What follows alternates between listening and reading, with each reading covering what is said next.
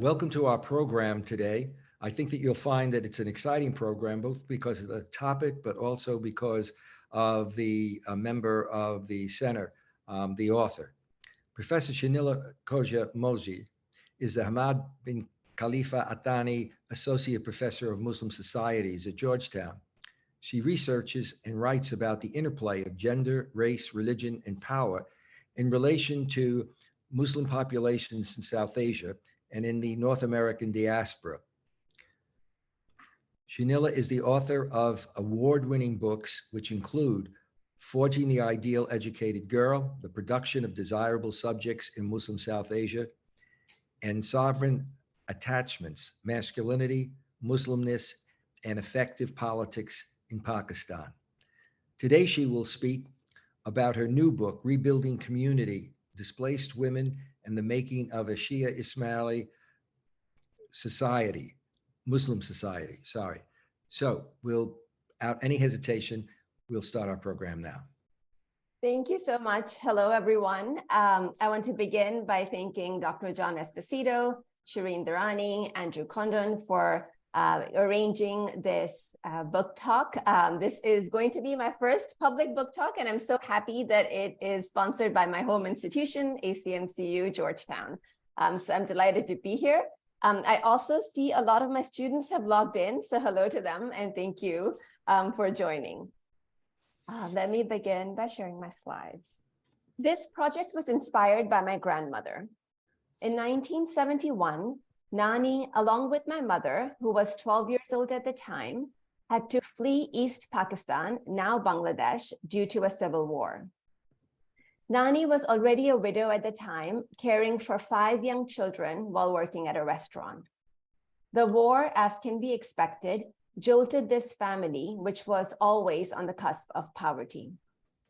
But when Nani and her family landed in Karachi, members of the Shia Ismaili Muslim community formed a web of care around them. They were first taken to a refugee camp at a Jamaat Khana, which is an Ismaili space of worship and gathering, where they were given clothing and food. Hot meals, 3 hot meals, as my mom emphasizes to me. An ad hoc volunteer committee composed of displaced Ismaili people themselves had come together to help other displaced families. Members of the committee helped Nani find housing and subsidized the family's rent for over a year. The image that you see here is of the building where my grandmother and her family lived, 6 people in a studio apartment. I took this image in 2019 as I was conducting field work with the apartment's current occupants, Ismaili refugees from Afghanistan this time, also being supported by the Ismaili community. The volunteers also helped enroll my mother in an Ismaili-run boarding school and provided tuition fees for several months. In the photo that you see here, my mother is in the white hairband, and she, along with other Ismaili girls, was asked to stay back and attend summer school so she could learn the Urdu language. In the meantime, an Ismaili woman helped my grandmother find work as a housekeeper for another woman. The lives of displaced working-class Muslim women like my Nani, a widow with 5 children, engaged in the informal economy, working as a domestic aide, always on the brink of falling deeper into poverty, are often not recorded within national or even religious histories.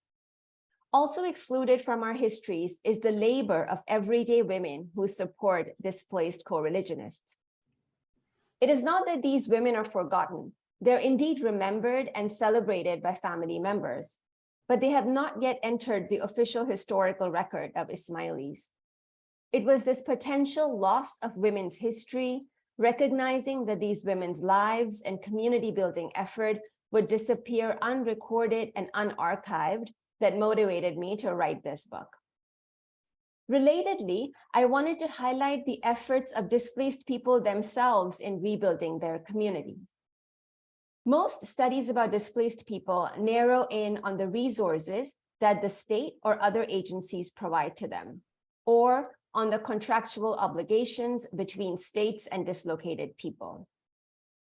The tasks of biological and cultural reproduction, mutual aid, and spiritual care, often performed by women, are comparatively absent from studies of resettlement. In the book, therefore, I highlight such ordinary care work and its connection to religion in fashioning refugee emplacement. My over 90 interlocutors fled East Pakistan and East Africa in the 1970s due to civil war and expulsion. Even though they were separated by thousands of miles of land and sea, they share ethnicity and religious tradition.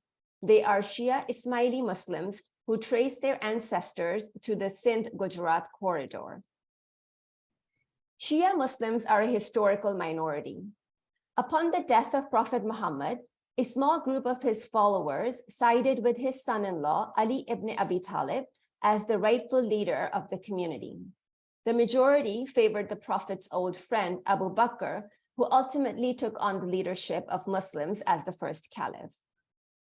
Ali's followers continued to seek guidance from him and his successors, and their identity consolidated over time as Shiat Ali, also known as Shia, while the majoritarian interpretation of Islam coalesced into what is today collectively known as the people of the Sunnah and the community, or Sunni. The Shia over time split into further groups as divisions developed over rightful successors. My interlocutors belong to the Nizari Ismaili group of Shias, who today are estimated to be between 12 and 15 million in number and spread globally. Their present imam, or spiritual leader, is the 49th imam in direct succession from the Prophet. From the 11th century onward, the Nizari Ismaili imams, located first in Egypt and then in Persia, sent out missionaries to various regions, including to the Indian subcontinent. A 15th century missionary conferred the title of Khwaja, Persian for Lord or Master, to a group of his Indian followers, which modified over time to Khoja. Over the centuries, Khojas migrated from Kashmir and Punjab down the Indus River Valley to the Sindh-Gujarat corridor and settled there, engaging in subsistence farming or working as petty traders and farm laborers. Epidemics and famines in the region in the late 19th century weakened the economic prospects of the community there, and greater numbers of Khojas headed to urban cities in India and to the Gulf and Swahili coast. This was also facilitated by new railway lines within India and increased commercial activity in the Indian Ocean. Later, during the 1940s and 50s, some of these Ismaili families, like my nannies, relocated again to escape the violence that accompanied the partition of India. They headed to East Pakistan. So by 1970s, we have a sizable number of Ismailis in East Pakistan and East Africa, but unfortunately, they now had to move again due to civil war between the East and West wings of Pakistan and Idi Amin's expulsion of Asians from Uganda and general anti-Asian sentiments in other parts of East Africa. These Ismailis made their way to West Pakistan, the United Kingdom, the United States, and Canada in particular. I interviewed women who belonged to this displaced cohort. I asked them about their lives and the memories they have of their mothers and grandmothers to understand the broader role that women have played in maintaining religious sociality across generations and across continents. In the book, I ask, how do people survive dislocations? How do they remake their social and spiritual life worlds? What types of material, cultural, and emotional work do women in particular undertake to regenerate a sense of self and community? What can a closer examination of women's activities teach us about lived ethics, the formation of religious communities, and about practices of care? Studies about refugee placemaking often focus on how refugees transform their built environments, particularly public spaces, so that it reflects their needs and aspirations. Viewed from this lens, diasporic Ismailis have carved their place along migratory routes by establishing Jamaat Khanas and social welfare institutions. I extend the concept of placemaking beyond the construction of physical infrastructure to include the ordinary acts of care that sustain connection among people and to ideas. These include cooking for congregants, cleaning the Jamaat khanas, packing lunch for a traveler, helping a family find housing, telling stories of miracles to pass on spiritual knowledge, compiling cookbooks to pass on heritage recipes, and writing novels to conjure a lost history. Placemaking, in this more capacious sense, can account for how religious communities are made in the here and now, as well as symbolically. This deep look into women's practices also gives us an understanding of how they practice their religion in the everyday. In addition to prayers, which are often the focus of studies on Muslim piety, we encounter women enacting their faith through mundane reproductive activities. These are care practices through which they not only express their faith, but also try to work out what their faith or deen actually is. Placemaking after displacement then becomes a scenario for me to theorize an Ismaili ethics of care. While my thinking is shaped by feminist theorizing on ethics of care, I looked to the domain of religion for additional morally compelling pathways to care and to the practice of collective social life. When my interlocutors explained the motivations for their actions, the Imam's directives or farmans on unity of community and support of its members appear as salient sources of guidance in addition to the Quran and the Ginans. The Ismaili sociality that I describe has a strong collectivist impetus, in part due to the central authority of the Shia Imam. It is helpful here to understand that obedience to the Imam is a key tenet of Shia Ismaili spirituality. When the Imam urges his followers to support the weakest member of the community, to be united, to show generosity, or to engage in mutual support, these statements are understood as directives and not optional practices, as my interlocutor, Dilshad Sradruddin, repeatedly emphasized to me. Quote, when a farman from Imam arrives, that's it, you must follow it. This allegiance to the Imam unites Ismaili Muslims worldwide. I therefore read my interlocutor's practices as expressing an ethic of care for community that is uniquely Ismaili in its motivations, if not necessarily in the service tasks that it motivates. This is not to say that my interlocutors rationalize all their actions by reference to Islam.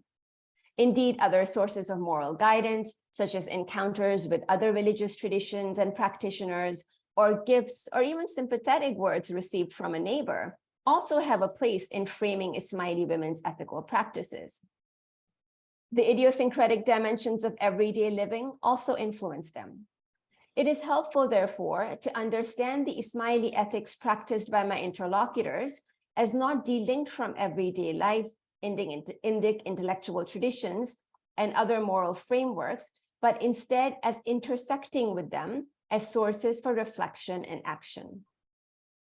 Recognizing this dense landscape of moral guidance does not preclude observing that certain pronouncements, such as the Imam's farmans, take discursive dominance in many of my interlocutors' lives.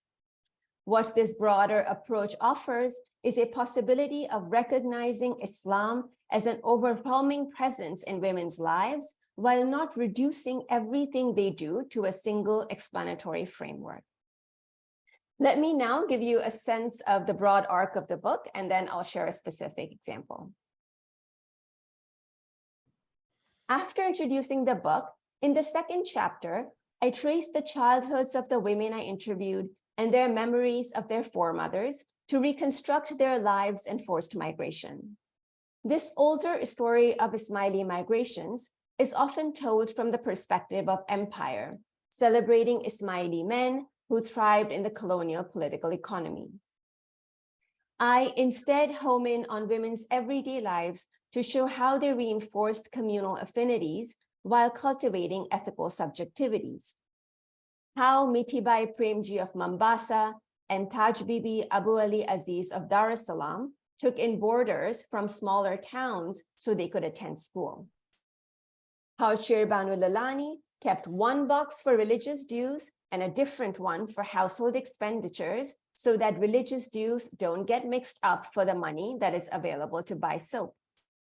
And how Ismaili women grappled with the directives of their imam when he asked them to drop the face veil. I then move on to accounts of how Ismailis fled East Pakistan and East Africa. These include traumatic experiences from witnessing killings while fleeing under the cover of night to surviving on ketchup packet for days on ends. But women also remembered the generosity of strangers and coreligionists. I have captured some of these episodes in the book so that my readers can understand how the effort of community building that we will see in the later chapters flows besides these stories of trauma and hardship. In this image, you see Umida Switlo with the bag that she carried when she fled Uganda, alone as a teenager.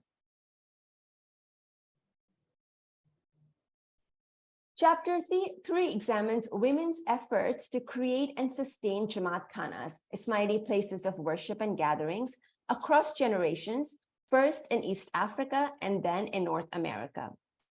It introduces Gulzar Qasam and Roshan Pirani, who created makeshift Jamaat Khanas at their apartments in Atlanta and Fort Wayne. In addition to the material practices of laying down bed sheets so that community members could sit on the floor, or trimming down the legs of a coffee table to make it resemble a pot or a table that could be used for rituals, placemaking included reciting dua, burning incense, and sharing food.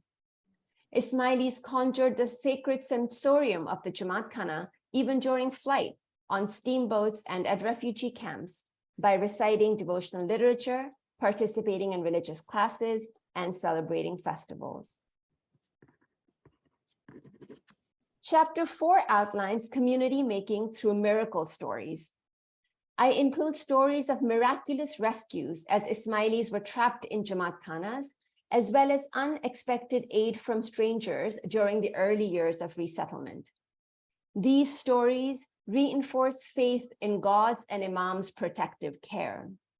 Their retelling not only memorializes a shared past, but also shapes the future spiritual state of the Ismaili community.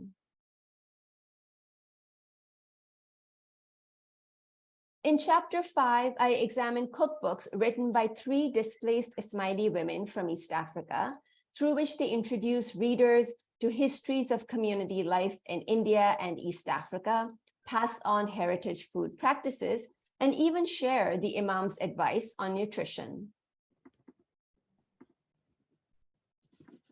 Chapter 6 explores community making in the second generation, the daughters of my primary interlocutors, as they now engage with communal pasts, simultaneously interrogating and celebrating a shared history in novels, artwork, and dissertations. Having grown up in North America, this generation articulates an Ismaili ethics of care that intersects with locally manifest concerns around anti-brown and anti-Black racism, and engages in critique of settler colonialism and the model minority paradigm. They extend religious symbols such as Seva to speak to their changing circumstances, including deterritorialization, not as that experienced by their mothers due to wars and poverty, but in response to the pressures of a neoliberal economy that requires workers to be mobile and flexible. Women in the second generation thus invent new sites and forms for producing spiritual intimacies, showing us again that Jamaat, or religious sociality, is a contingent social formation that has to be remade by each generation.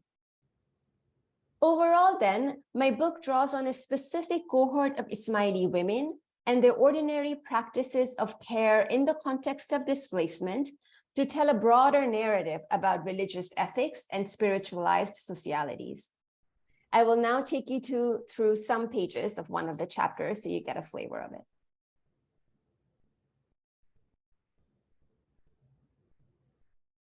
In late 1960s, as anti-Asian sentiments were on the rise in Tanzania, Gulzar Qasem saw her chances of progressing in her career as a gynecologist diminished rapidly.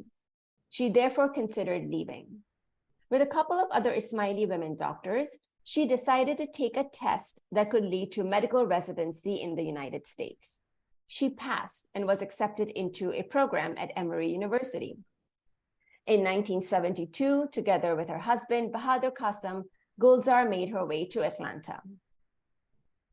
Through a contact at the Emory Library, Gulzar connected with two other Ismailis in the area, and they decided to get together at Gulzar's place.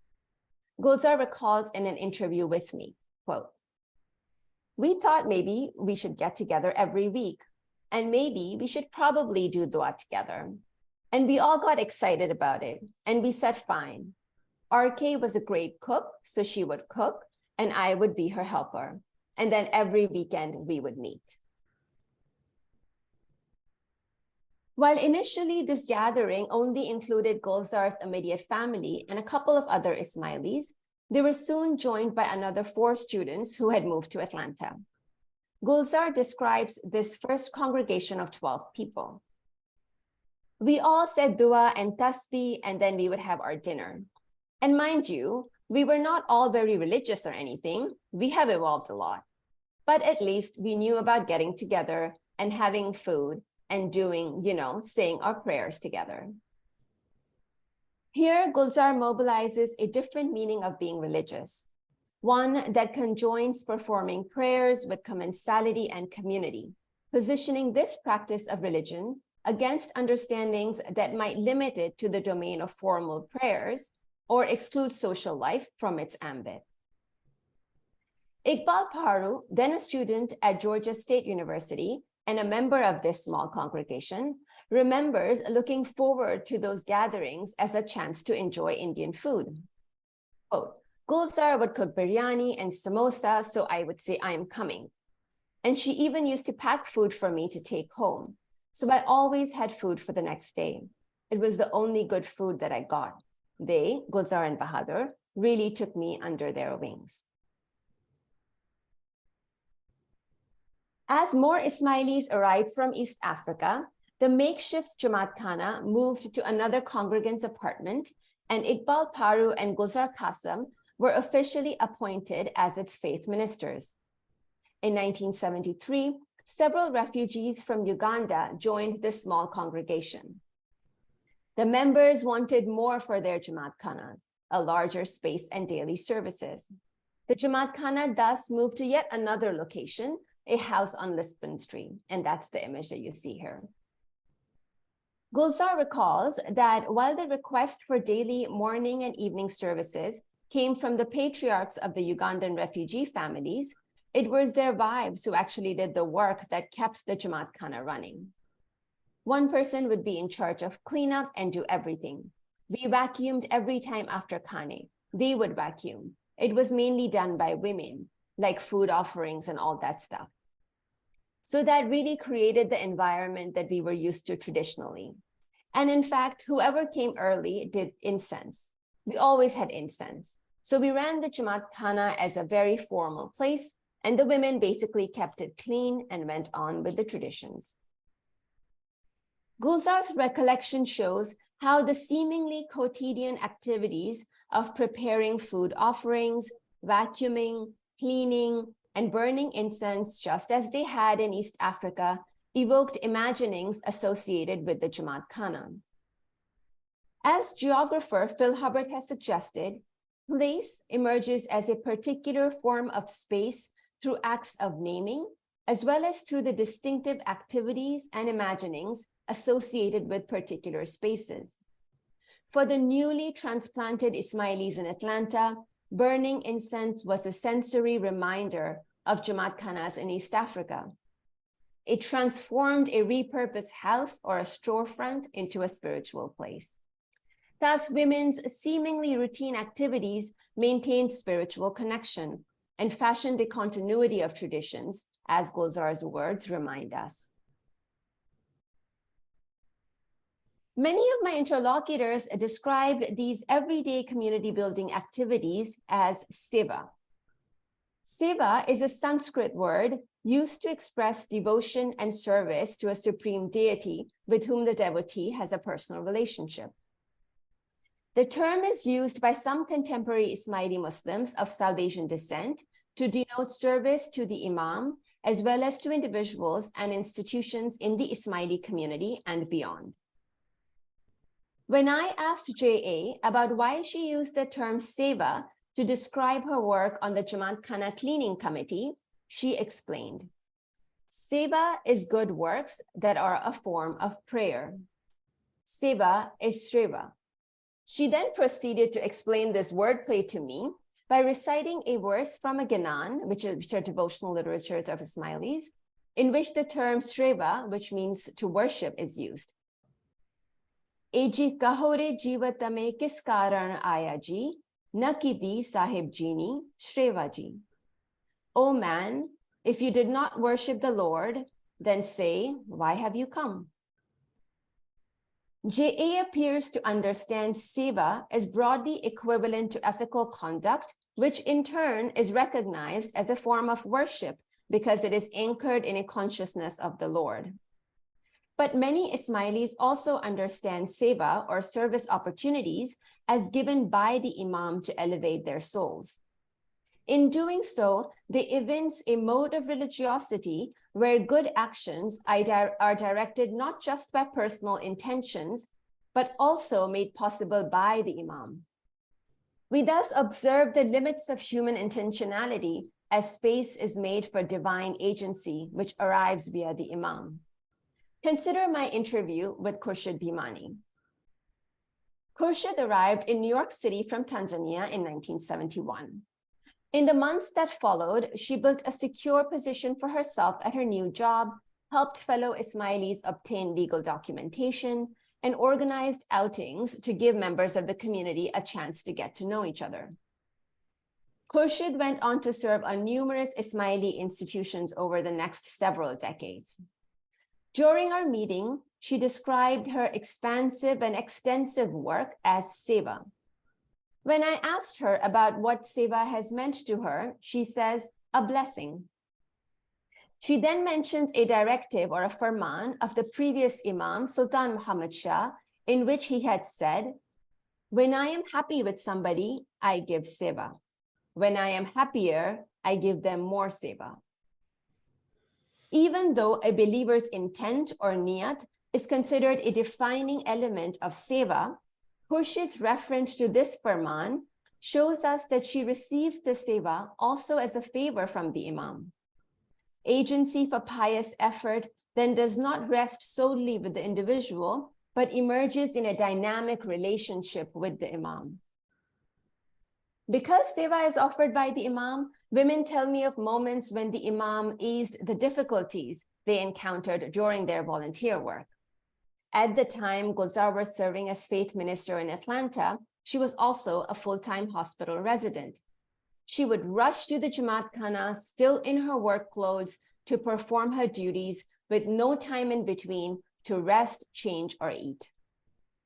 Another woman who was also a faith minister tells me of being so tired at the end of the day that she would, quote, fall on a pile of clothes and sleep right there. But then she said that upon entering the Jamaat Khana, her tiredness would just disappear. My interlocutors explained this transformation to me by using phrases such as the barakah or blessings of Seva, or feeling Maula's hand on my shoulders, or an invisible bubble around me. These phrases point to a metaphysical source intervening and guiding women through the difficulties of their volunteer service. But not all women are interviewed used the emic term Seva to describe their care practices.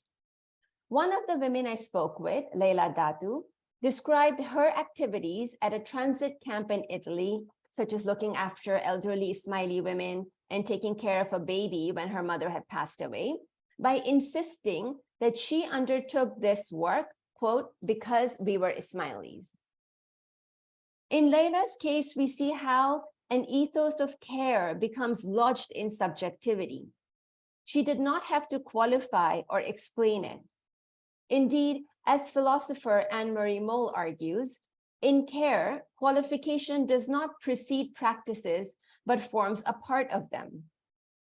In this sense, Layla's care for fellow Ismailis was the means through which she simultaneously discovered, expressed, and practiced her Ismaili subjectivity. Ismaili moral codes in these instances become manifest through mundane care activities in the flow of everyday life, where qualification is not deemed crucial. Cleaning an elder's bedpan and looking after a baby become tasks that one does as a matter of religious identity anchored in an ethos of care. We helped each other. We were Ismailis, as Layla insisted.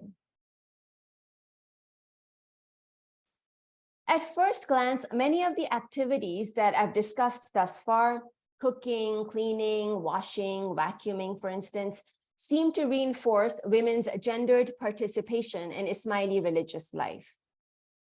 But we can acknowledge that women performed different services than men in Ismaili settings, and at the same time recognize that women's services were meaningful ways through which they enacted devotion to the Imam and the community. As one of my interlocutors commented after we had finished vacuuming the Jamaat Khana and were exhausted, women like us who clean the Jamaat Khana are a means or zarya for the spiritual development of others. Our hard work facilitates everyone's prayers. So in a way, we get the barakah or blessings of all those who pray in the Jamaat Khana. Writing about Hindu women's religious labor in the kitchen, Andinta Ghosh argues that while such spaces may indeed be gendered and the associated division of space and labor can bolster male privilege, women can also subvert and create their own socially specific meanings of that space.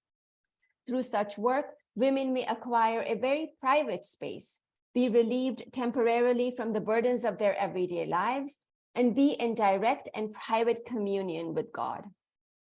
Such private spaces and personal meanings emerged among Ismaili women too. Women gained valuable skills through service, which at times enabled them to achieve economic independence from their husbands. One woman, for instance, was able to start her own cafe at a cinema based on the knowledge gained from organizational work at Jamaat Khana. Women also found personal autonomy away from the watchful eyes of their in-laws. Numerous women spoke of service as affording them religiously permissible social opportunities. Before closing, I should also note that in paying attention to women's contribution, it does not mean or it does not deny men's contributions to fostering sacred spaces in those early years of settlement. While women did most of the cooking, men set up tables, took out the trash, and lifted heavy pots. Men's tasks, as Gulzar calls them, included leading ceremonies, delivering sermons, driving congregants to and from services if no public transportation was available, and engaging with the U.S. Council officials. The acts of care that men performed looked different from those performed by women, mediated perhaps by prevailing and historical gender roles and norms. At the same time, women have had access to a much wider range of service activities beyond the physical tasks associated with reproducing the Jamaat Khana in a new space. Men could hold leadership and decision-making positions, first as faith ministers of Jamaat Khana, and then as the Ismaili community institutionalized its social governance and welfare work in the councils and other administrative bodies that took on this oversight. Women's participation has been comparatively circumscribed, with certain leadership positions available to them, contingent solely on their relationship to men. Despite these constraints, women have always found a way to serve the Jamaat. I will now just zoom out and talk about some of the broader contributions that I hope for this book to make. First, when the history of Ismailis is written, it's often from the perspective of the imams, the missionaries, or elite men. While these histories have accomplished the crucial task of clarifying the broad sequence of events defining Ismaili history, I add new dimensions to it through a partial reconstruction of Ismaili women's lives. Second, often women's placemaking activities take the form of reproductive tasks, such as cleaning, cooking, and washing. Even though such work is necessary for the propagation of society, it's frequently viewed as a property of women's biology and is therefore undervalued. Marxist feminists have therefore regarded housework as a paradigmatic site for gendered exploitation and have sought to elevate its value by moving it into the realm of waged labor. I instead align with those feminist and religious studies scholars who refuse to reduce women's work to productivist logics. I mobilize a different logic altogether, viewing women's reproductive activities as producing relationality and sociability, repairing past trauma, functioning as a means of harnessing spirituality and furnishing intergenerational continuity. The challenge for me then is to emphasize the salience of this work and those who undertake it, while also pointing out circumstances and scenarios when it becomes a site of exploitation. Finally, the role of religion in migrant and refugee placemaking remains underexplored.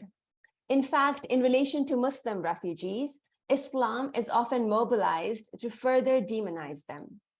I, however, show a different side of Islam, where Islam offers resources to women to not only find solace and comfort during a difficult time, but it is also a code of conduct that helps them to suture their lives and communities back together. In this respect, I also note that there is an ongoingness and ordinariness to women's ethical conduct that extends beyond current analyses of Muslim charity and religiosity, which are dominated by the hegemonic paradigm of self-cultivation. Ismailis practice their deen both by working on themselves and by working intersubjectively to create community. Of course, such modes of religious intersubjectivity are not distinct to Ismailis. Muslims globally engage in ethical community making. But unlike other Muslim groups, within Ismailis, the Imam acts as a centripetal force that gives this community a distinct route to ethical action. Identifying an Ismaili ethics of care is not to argue that the community's particular understanding of spiritual obligation, honed in the diaspora, is wholly distinct from modes of care developed in other communities. It is rather a close examination of one manner of living a Muslim life in which members of other communities, or the scholars who study them, may identify points of commonality as well as difference. Thank you so much for your attention. Thank you so much, everybody, and thank you so much, Professor, for your wonderful lecture. If anyone has a question out there for our guest, please submit it into the Q&A. We do have several, but definitely keep them coming, and we will answer them as they come in. So the first question is from a Arjina Lakhani. Arjina asks, how has your work impacted your identity as a Shia Ismaili Muslim? Thank you for the question, Arzina. I think that, quite frankly, it has been a privilege to work on this book for the last 5 years since I first started doing oral history interviews. As I mentioned, I interviewed about 95 Ismaili elders, most of them elders. Many have passed on, which is sad, and also it's unbelievable to some extent. But I think it helped me to see how there are so many different ways of being Ismaili, and it also helped me to recognize this enormous labor that ordinary Ismailis have put in to reproduce this religious community. And so I think from that perspective, I would say that it made me more committed to this part of my religious identity. Thank you for the question. We have a question here from an anonymous attendee who asks, could you describe the role of pluralism in the Ismaili community and how pluralism is expressed within the culture? That's an interesting question. I don't take up pluralism in the context of my book, but I would say that it's a concept that is advocated by the Imam as a way to understand social difference and to understand how diversity actually can be a strength. But it is, he also emphasizes that pluralism in terms of thinking about this plurality of being in this world, it is hard work. And so I would imagine that if I were to write something on it, I would say that pluralism is an ongoing effort and work that Ismailis are called upon to take. It is an ongoing reflection on identity of the self and other, around how perhaps structures and systems create categories and put us into hierarchies and what we can do to dismantle those hierarchies. So it's an ongoing work of striving toward a Tawhidic principle, which is salient in the Shia Ismaili Islam as well. Thank you. All right, we have a couple of questions here. I believe, let's see, this one is from Shiko Zaidi. Shiko asks, your book centers on the experiences of Shia Ismaili Muslim women, but how might the themes and lessons you explore apply to other displaced communities or communities facing social upheaval in the world? For example, they cite Afghan refugees, Syrian refugees, Rohingya refugees, and so on. Do you think these communities might also have similar experiences as they settle into new places? Yes, thank you, Shiko. This is an excellent question, and I think one of the reasons why I thought focusing on this intersection of religion and displacement was important was precisely to understand how refugees draw on religious ethics to survive and to resettle and to work through what are really traumatic times for many people, right? And so thinking about how religion becomes a source of solace for them, but also a source through which people put together their communities and how they're oriented to each other by the moral codes that their religious tradition might provide them. This is a sort of task that one could actually take and analyze a different set of communities as well. And so that may be something that you might discover in other groups too. We have a question here from Inara Gilani. Inara asks, sometimes it feels like there's a disconnect between different generations to religion for many different faith groups. Do you think that this disconnect exists within the Ismaili community in the West? And how do you see this rebuilding of community practice by Ismaili youth? Do you believe the practices of rebuilding community in Ismaili youth are still gendered in the West? Thank you, Inara. So I have a chapter on the second generation, and what is most interesting for me in terms of what I discovered was that the second generation has created additional sites in and through which it practices its Ismaili ethics, but also tries to participate in remaking the community. So while the Jamaat Khana remains a central site, I also talk about second generation that views its own participation in, say, the Black Lives Matter movement as also a way in which they're establishing or enhancing community. There are people I interviewed for that chapter who speak about their professional work with Somali youth, for example, as also a pathway in which they practice their Ismaili ethics and what it makes to think about community. And so I think in the second generation, we're also finding these additional sites that they are incorporating within the IMIC category of Seva that I spoke about earlier. But of course, second generation uses terms such as volunteer work to think about what it means for them to practice their Ismaili subjectivity. So I think there is an expansion in a way in their minds in terms of what it means to be Ismaili, how to think about Ismailiness. And they also are thinking with locally manifest concerns around anti-Blackness, Islamophobia. And so they're working with the sort of the milieu, the social milieu that they are part of, just as their parents did. And so I think these are different slices that we can see in the book. All right, we do have some more. So we have a question here, a little different topic. What role do you think miracles or myths have in the faith building of communities?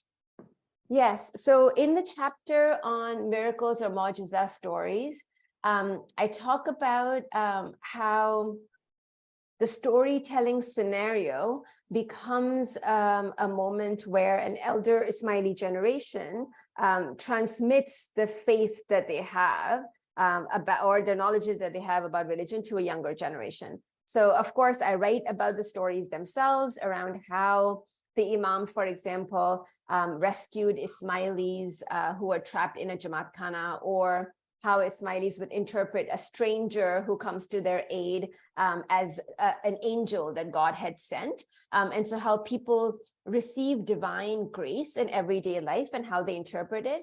But at the same time, I also talk about how the tradition of storytelling becomes a way in which Ismaili elders teach younger generations about how they think about Imam's intercessory role. How do they, the trust that they have that their prayers will be answered, what it means to live a spiritual life daily and have that sort of anchor in your life, right? And so the scenario also becomes a mode of reproduction of religious sociality. And men and women, I talk about in the chapter in terms of how both men and women participate in this kind of social and cultural reproduction. But thank you for the question. That's one of my favorite chapters. We still have a number of questions. So this question is from Nazir Rasoli. Nazir asks, what challenges and opportunities do Ismailis face while leaving their home countries and resettling in a new area? So I would say that in this cohort, so this is 1970s, I think there were a lot of variations within this cohort too. And so I don't want to kind of flatten out the differences, but many Ismailis struggled to find jobs.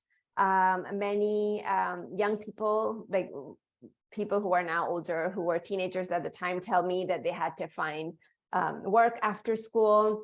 Many received racist like racism in everyday sort of life on the streets, at school. People were pushed, people were cursed. So I think if you can imagine just like going back to the 1970s Canada and United States, and in terms of how heterogeneous and racially diverse it was or was not, then you can imagine how you have a new visible Indian minority and how they're experiencing this space. There were also they also did not have the support systems like they did in East Africa or East Pakistan by the 1970s in both of these regions. And I talk about this in one of the chapters around how there were fairly large numbers of Jamaat Khana and a strong setup of social support there. And so now you're transplanted from that space of dense support to a place where you may not be able to see another correligionist for days on end because you are living so far. There is no communal sort of central space. And so the early work, like the work that I talked about in relation to Gulzar and Bahadur Qasim, there were lots of other people who were also starting these makeshift Jamaat Khanas in their homes. And their contribution then becomes all the more salient against these challenges. They were trying to bring people together, provide the little bit of support that they can. These were also in the early, some of the interviews, they would tell me that these makeshift Jamaat Khanas were the places where they would actually find out what happened to people's family members, because not everyone left at the same time. The visa processes were also very different. And so if you spoke English and if you had a professional job, then you probably got a visa before an elderly person who only spoke Gujarati, for example. And so the migrations also happen in a staggered way. One young girl, for example, was by herself for 3 years before she met her parents. And so she came as a teenager and she was in the US, and for years she couldn't see her parents. And so I think in those settings, then you have these makeshift Jamaat khanas where you're also trying to figure out where your family is, right? You don't have email, you don't have all of these facilities that you have right now.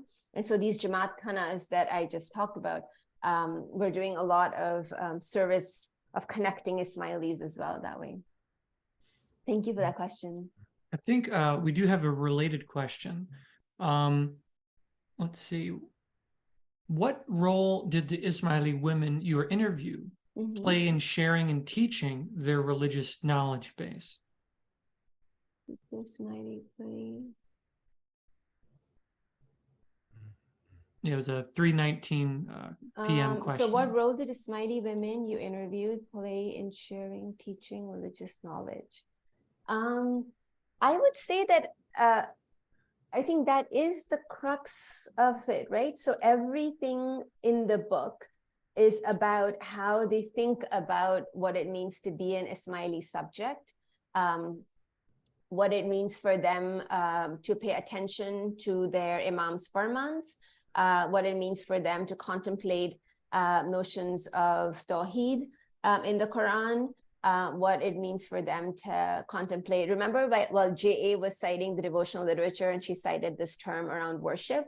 So if you think about all of those scenarios as scenarios where women are simultaneously reflecting on their religious practice, but also teaching me some of that, right? I think all of that kind of becomes part of how they think about what it means to be an Ismaili. And religion and culture are completely intertwined in this space then. Even in terms of cooking, I have a chapter on cookbooks, and women would tell me that some of their choices in terms of what spices to use and what not was also derived from the nutritional advice of the previous imam. One of the women sent me a 30-page booklet in which they had compiled all the nutritional advice from the previous imam, that don't use red chilies, eat beef sparingly. And so I think there are all of that advice too that circulates among women. And so even cooking becomes a way where you're thinking about these spiritual knowledges are being passed on through these recipes too, in a way. So we just had a question come in that I think it might be related.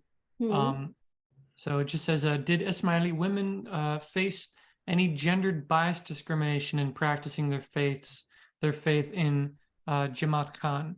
Any reflections from your interviews on this?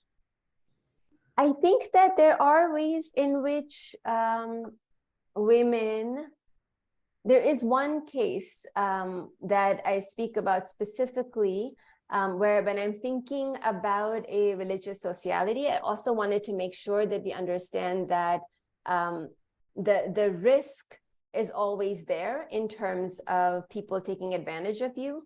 And so I write about one woman who experienced sexual harassment. A person took advantage of her situation as a newcomer.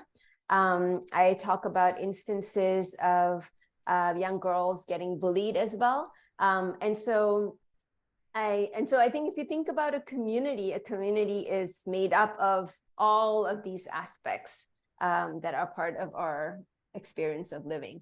And so, yes, some of those aspects are part of this refugee experience too. I've always been very interested in divine intervention in other people's lives, and hoping someday that would happen to me. No, but I'd be interested in an example. Yeah, you know, I mean, what would be a strong example of that? So in the book, I talk about one instance from a man I met in Karachi. His name is Shamsuddin. He was almost getting ready to leave for Karachi because riots had broken out. But he wanted to stay back to see if we could sell some of his material so that he had some money to start over in Karachi. But when he stayed back along with a few other Ismaili men and women, the riots intensified, and all of them decided that they should move into the Jamaat Khana as opposed to just remain isolated in their homes. And so they moved into the Jamaat Khana. They stayed there for 29 days. They were eating, praying, living together, and it kind of acted like a gated community. Shamsuddin was a young man at the time, and so he was responsible for being the gatekeeper, so the security guard at the gates. And so he tells me that one day some locals came to him and said, "You are next." So in the sense that now it's your turn. And so he tells me that the people in the Jamaat Khana, everyone was really afraid, of course. And because they had gotten this message, they were fairly certain that that it won't be a sort of good outcome the next day. And so the faith minister, he performed all the last rites of the final funeral rites of all the people, which you would actually perform towards the end of a person's life. They performed for everyone that night. And then the next morning, those two men who had threatened Shamsuddin came back and said, "Oh, we couldn't attack you because your imam was holding a guard stick and wouldn't let us in." Or the other person said, "The imam was riding a white horse and circling your Jamaat Khana, so he wouldn't let us in." And now you can imagine for Shamsuddin, and so he starts, I mean, he breaks down, of course, at this point. And so for Shamsuddin, then this is a real incident where the imam ruptured the apparent or the zahir dimensions to save his followers. And through this sort of mu'jiza story, he also tells me about the power of the imam to intercede with God, the power of the imam to change the material conditions of his followers. And so I think the mu'jiza story becomes, of course, he's also making sense of a traumatic experience in his own life, but through the telling, he teaches me some of these foundational understandings about imamat in the Shia sort of spirituality. And so that was just one. And there's so many in that chapter. Yeah. Well, I'll look forward to reading that. I just want to thank you. comment. We've done a lot of these programs, and I can't remember one that had so many questions within a fairly intense period of time. So I think it says a lot about your presentation and what you were working on. Thank you very much. It was terrific. Thank you. Thank you, everyone.